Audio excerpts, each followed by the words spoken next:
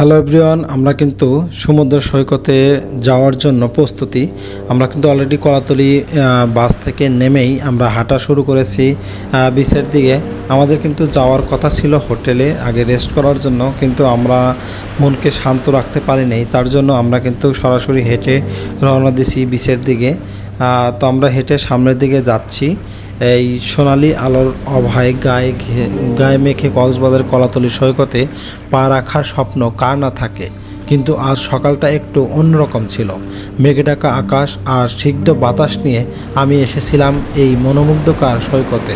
সূর্যোদয়ের এক ভিন্ন রূপ দেখব সেই আশায় ভোরবেলায় ঘুম থেকে উঠেই এসেছিলাম সৈকতের উদ্দেশ্যে। ছিল কলাতলি বিখ্যাত সূর্যোদয়ের সাক্ষী হওয়া, কিন্তু আকাশের মন আজ ভালো ছিল না। ঘন মেঘে ঢাকা ছিল পূর্ব দিগান্ত, তাই দেখা হলো না সেই কাঙ্ক্ষিত সূর্যোদয়ের মনোমুগ্ধকর করা দৃশ্য। তবে তাতে কি, মেঘলা সকালেও কলাতলির সৌন্দর্য ছিল অসাধারণ।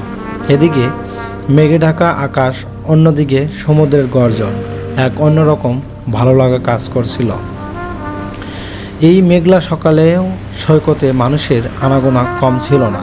কেউ হাঁটছেন, কেউ ছবি তুলছেন, আবার কেউ বাইকে এবং চার চাকা যে গাড়িগুলো আছে বালির মধ্যে সেগুলোতে উঠে ঘুরে বেড়াচ্ছেন। শুধু সামুদ্রিক বিশালতা উপভোগ করেছেন। সকালের এই নিস্তব্ধতা আর নির্মল বাতাসের মনকে এক অন্যরকম শান্তি এনে দেয়। আপনারা দেখতে পাচ্ছেন এখানকার পরিবেশ কতটা শান্ত এবং পরিচ্ছন্ন।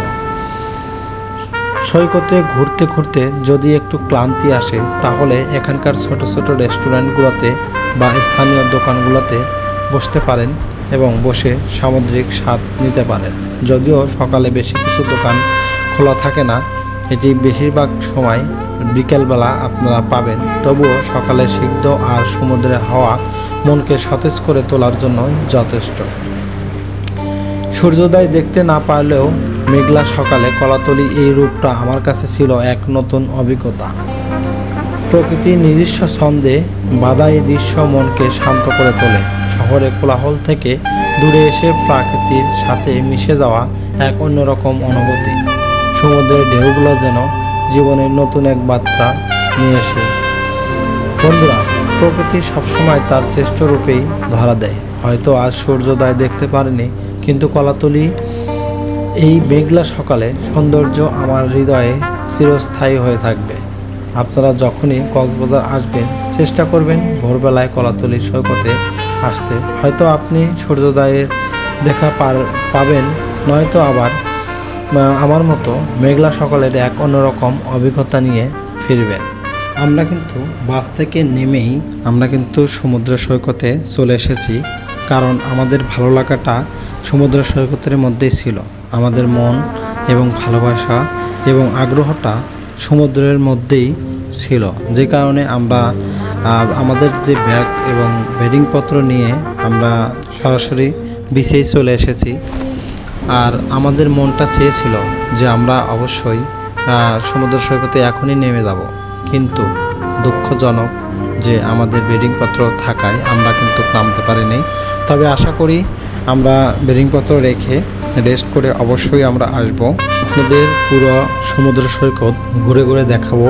এবং এখন তো ভাটা চলতেছে, এটা যত সূর্য উঠবে তত জোয়ার আসবে। তো আমরা কিন্তু এখন একদম ভাটার সময় আসছি। দেখতে পাচ্ছেন এখানে কিন্তু বালির মতো পানি সুন্দর একটি লেভেলে পরিণত হয়েছে। তো যখন হচ্ছে ভাটা হবে, জোয়ার হবে, তখন কিন্তু এই পানিগুলো অনেক ফুলে যাবে এবং ঢেউয়ের সৃষ্টি হবে। তো তখন আমরা কিন্তু বড় বড় ঢেউ দেখতে পারবো। এখন হয়তো বা আমরা ছোট ছোট ঢেউ দেখতে পারতেছেন, তখন এই ঢেউটা অনেক বড় হয়ে যাবে যখন জোয়ার আসবে। আর দেখতে পারতেছেন এখানে ফিশবোট নিয়ে সবাই নেমে পড়ছে। অনেক দূরে যেতে পারবেন এই ফিশবোট দ্বারা।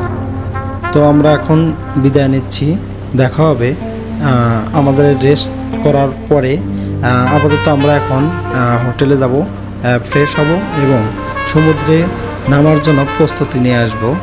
তো আমাদের ভিডিওগুলি পর্যায়ক্রমে আমরা খণ্ড আকারে দেখাতে থাকব। আপনারা আমাদের সঙ্গেই থাকবেন এবং চ্যানেলটি অবশ্যই সাবস্ক্রাইব করবেন। আর যারা সাবস্ক্রাইব করছেন তাদেরকে থ্যাংক ইউ সো মাচ। দেখা হবে পরবর্তী ভিডিওতে। ভালো থাকবেন।